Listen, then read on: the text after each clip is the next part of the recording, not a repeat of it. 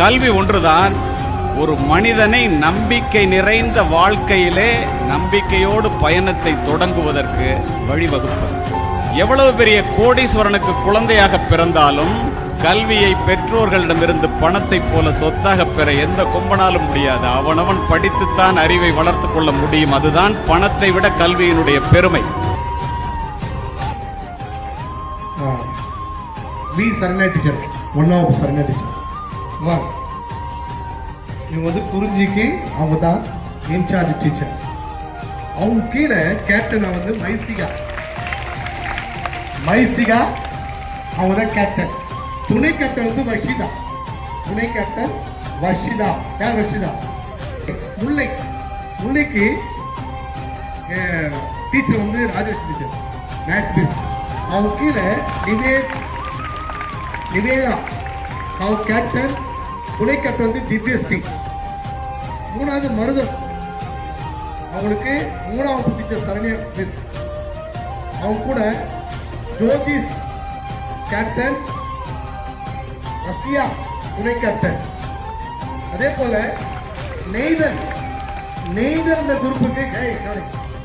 குரூப்புக்கு Wilson sir அவங்க captain பண்ணாரு.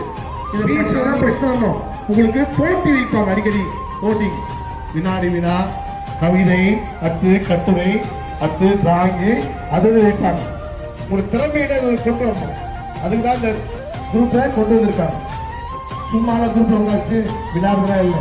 விளையாட்டு இருக்கும், ஆனால் பெரும்பாலும் உங்களுக்கு இதெல்லாம் செய்வாங்க. இலக்கிய மன்றம், பட்டிமன்றம் நடத்துவாங்க.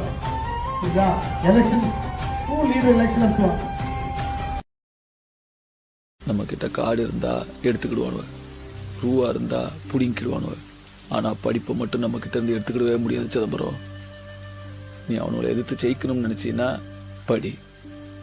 நல்லா படிச்சு ஒரு அதிகாரத்துல போய் உட்கார். நல்லா படிங்க. ஆனா அதிகாரத்துக்கு வந்த அப்புறம் உங்க எல்லாரையும் பத்தி இந்த ஊரே பெருமையா பேசணும்.